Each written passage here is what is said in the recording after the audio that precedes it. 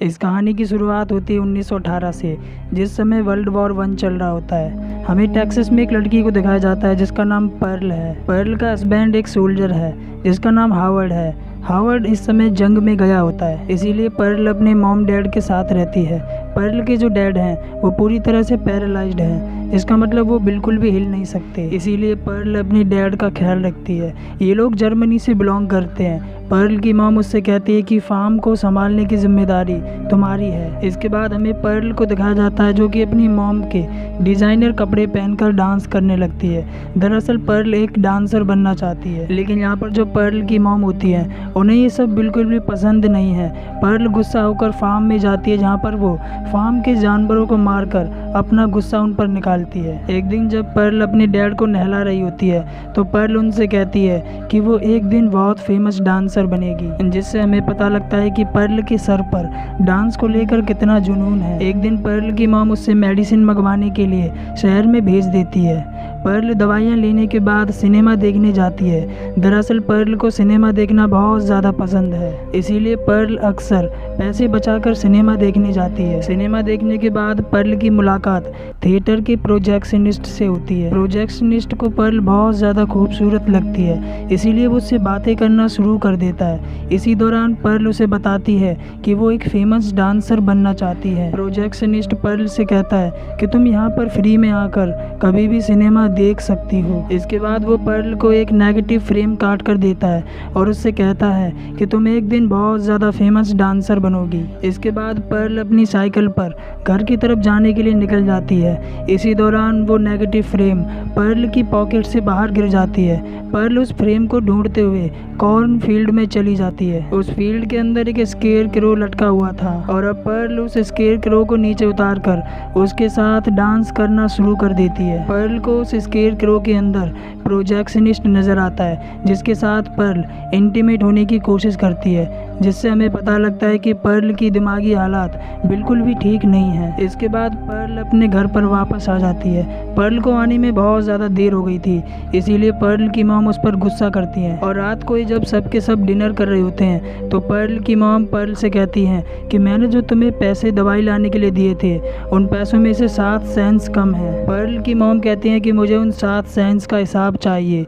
दरअसल पर्ल ने उन 7 सेंट्स का इस्तेमाल कर सिनेमा देख लिया था, लेकिन पर्ल अपनी मॉम से झूठ कहती है। वो कहती है कि मैंने कैंडी खा ली थी। पर्ल की मॉम को बहुत ज़्यादा गुस्सा आ जाता है। पर्ल की मॉम उससे कहती है कि जब तक तुम मुझे पैसों का हिसाब नहीं दोगी तुम्हें खाने के लिए बिल्कुल भी कुछ नहीं मिलेगा। पर्ल वहाँ से उठकर अपने रूम के अंदर आ जाती है। पर्ल गॉड से प्रे करती है कि वो जल्द ही एक फेमस डांसर बन जाए। अगले दिन पर्ल के घर पर उसके पति की बहन आती है जिसका नाम मित्सी होता है। मित्सी बहुत ज़्यादा अमीर है। मित्सी की फाइनेंशियल कंडीशन पर्ल से ज़्यादा बेटर है। मित्सी पर्ल को बताती है कि पास ही के एक चर्च में डांस ऑडिशन होने वाला है जिनमें सिलेक्ट होने वाली लड़की को अदर कंट्री में परफॉर्म करने का मौका मिलेगा। ये सुनकर पर्ल मित्सी से कहती है कि वो भी डांस में ऑडिशन देना चाहती है। मित्सी पर्ल से कहती है कि मैं भी ऑडिशन दूंगी और मित्सी पर्ल को सैटरडे को चलने के लिए बोलकर वहाँ से चली जाती है। पर्ल बहुत ज़्यादा एक्साइटेड होती है क्योंकि वो डांस में ऑडिशन देना चाहती है, क्योंकि डांस उसका जुनून है। और रात के समय हमें पर्ल को दिखाया जाता है जो कि चोरी छिपे घर से निकलकर उस प्रोजेक्शनिस्ट से मिलने के लिए चली जाती है। पर्ल उससे कहती है कि मेरा एक डांस ऑडिशन होने वाला है, लेकिन मुझे अभी भी खुद पर पूरा कॉन्फिडेंस नहीं है। प्रोजेक्शनिस्ट उससे कहता है कि तुम खुद पर भरोसा रखो क्योंकि तुम ऑडिशन में बेटर परफॉर्म करोगी। और इसके बाद प्रोजेक्शनिस्ट पर्ल को एक अडल्ट फिल्म दिखाता है। दरअसल उस समय अडल्ट मूवीज़ या अडल्ट फिल्म देखना पूरी तरह से इलीगल था। इसके बाद यहाँ से पर्ल वापस अपने घर में आ जाती है।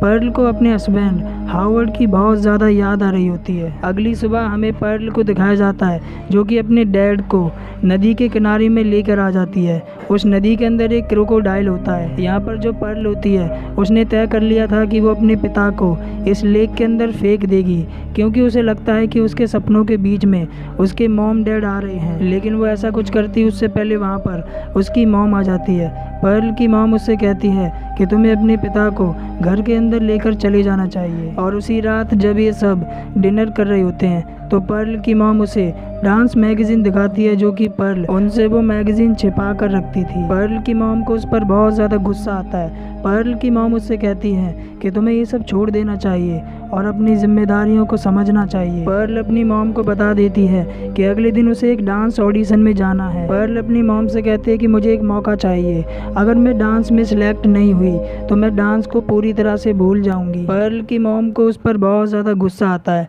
पर्ल की मॉम उसे एक थप्पड़ मार देती है, जिस पर अब इसके बाद इन दोनों में हाथापाई होना शुरू हो जाती है। इसी हाथापाई के दौरान पर्ल की मॉम आग के चपेट में आ जाती है और अब उसकी मॉम आग में जलने लगती है। यहाँ पर जो पर्ल होती है वो अपनी मॉम के ऊपर गर्म पानी फेंक देती है, जिससे पर्ल की मॉम की हालत बहुत ज़्यादा नाजुक हो जाती है। जिसके बाद पर्ल अपनी मॉम को बेसमेंट में फेंक देती है और वहाँ से चली जाती है। पर्ल के डैड ये सब देख रहे होते हैं, लेकिन चाहते हुए भी वो कुछ भी नहीं कर पाते। हमें पर्ल को दिखाया जाता है जो कि उस प्रोजेक्शनिस्ट के पास चली जाती है और अब पर्ल उसके साथ इंटीमेट होती है। अगले दिन प्रोजेक्शनिस्ट अपनी कार से पर्ल को उसके घर पर छोड़ने के लिए निकल जाता है। घर पर आने के बाद पर्ल प्रोजेक्शनिस्ट को अपने डैड से मिलवाती है, लेकिन पर्ल अपनी मॉम के बारे में उसे कुछ भी नहीं बताती। और इसके बाद पर्ल उसे अपने रूम के अंदर लेकर आती है और अब पर्ल प्रोजेक्शनिस्ट के साथ एक और बार इंटीमेट होती है। प्रोजेक्शनिस्ट को घर का सामान बिखरा मिलता है, जिससे उसे कुछ गड़बड़ लगती है और साथ ही बेसमेंट से खटपट की आवाज़ लगातार आ रही थी, क्योंकि बेसमेंट में पर्ल की मॉम तड़प रही थी। प्रोजेक्शनिस्ट उससे पूछता है कि बेसमेंट से ये आवाज़ कैसी आ रही है। पर्ल उससे झूठ कह देती है। वो कहती है कि मैंने बेसमेंट के अंदर अपने डॉग को बांध रखा है। इसके बाद पर्ल उसका ध्यान भटकाने के लिए उसे अपने शेड में लेकर आ जाती है, जहाँ पर पर्ल अपने सभी जानवरों के नाम प्रोजेक्शनिस्ट को बता रही होती है। प्रोजेक्शनिस्ट उससे पूछता है कि तुम्हारे डॉग का क्या नाम है, जिस पर पर्ल उससे कहती है कि मेरे पास कोई डॉग नहीं है। हालांकि उसने कुछ देर पहले उससे कहा था कि उसने अपना डॉग बेसमेंट के नीचे बांध रखा है। और अब प्रोजेक्शनिस्ट को पर्ल पर शक होने लगता है, इसीलिए वो पर्ल से कहता है कि मुझे अब जाना होगा। और अब पर्ल को लगता है कि अगर प्रोजेक्शनिस्ट यहाँ से चला गया तो बाहर जाकर वो सबको बता देगा, जिससे उसकी पोल खुल जाएगी। और जैसे ही प्रोजेक्शनिस्ट वहाँ से निकलने के लिए अपनी कार में जाकर बैठता है, तभी पर्ल पीछे से आकर उस पर हमला कर देती है और उसे बुरी तरह जान से मार देती है। इसके बाद पर्ल प्रोजेक्शनिस्ट को उसकी कार के साथ उस लेक के अंदर फेंक देती है। ऑडिशन का समय करीब आ रहा होता है, इसीलिए पर्ल ऑडिशन के लिए पूरी तैयारी कर लेती है और ऑडिशन में जाने से पहले वो अपने मॉम डैड को जान से मार देती है। पर्ल ऑडिशन देने के लिए चर्च में आ जाती है,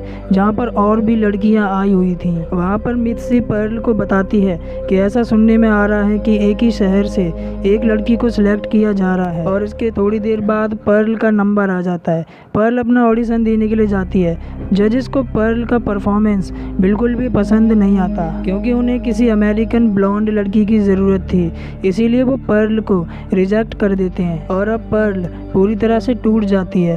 पर्ल बाहर आकर रोने लगती है। इसके थोड़ी देर बाद मित्सी अपना ऑडिशन देकर पर्ल के पास आती है और उससे कहती है कि अब हमें घर पर चलना चाहिए। और इसके बाद ये दोनों पर्ल के घर पर आ जाते हैं। पर्ल को अब बहुत ज़्यादा अफसोस है, क्योंकि उसने आज 3 लोगों को मार दिया था और इसके बाद भी उसे ऑडिशन से रिजेक्ट कर दिया गया। मित्सी पर्ल से कहती है कि तुम मुझे हावर्ड समझकर अपने सभी दुख मुझसे व्यक्त करो। पर्ल मित्सी से कहती है कि मुझे हावर्ड के आने की अब कोई भी खुशी नहीं है। अगर हावर्ड जंग में शहीद हो जाए तो मुझे इसकी कोई भी परवाह नहीं।